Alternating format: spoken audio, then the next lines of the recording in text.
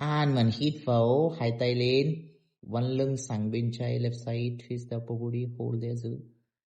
Cô lên khom run nha, thẳng chân. 5,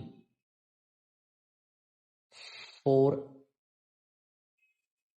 3,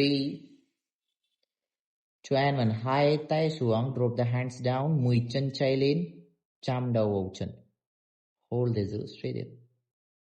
6, 5, 4,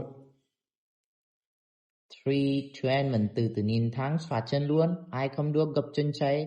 Hai tay sau. Mắt ninh lên. Try to bend the back. Hai tay xuống sau. Sau nữa, hai tay sau. Mắt ninh lên, hold there giữ. Try to bend the back both sides. 5. Uốn lưng nữa. 4,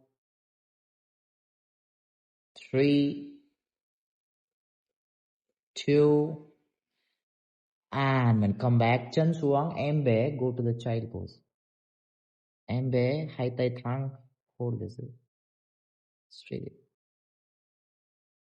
6, 5,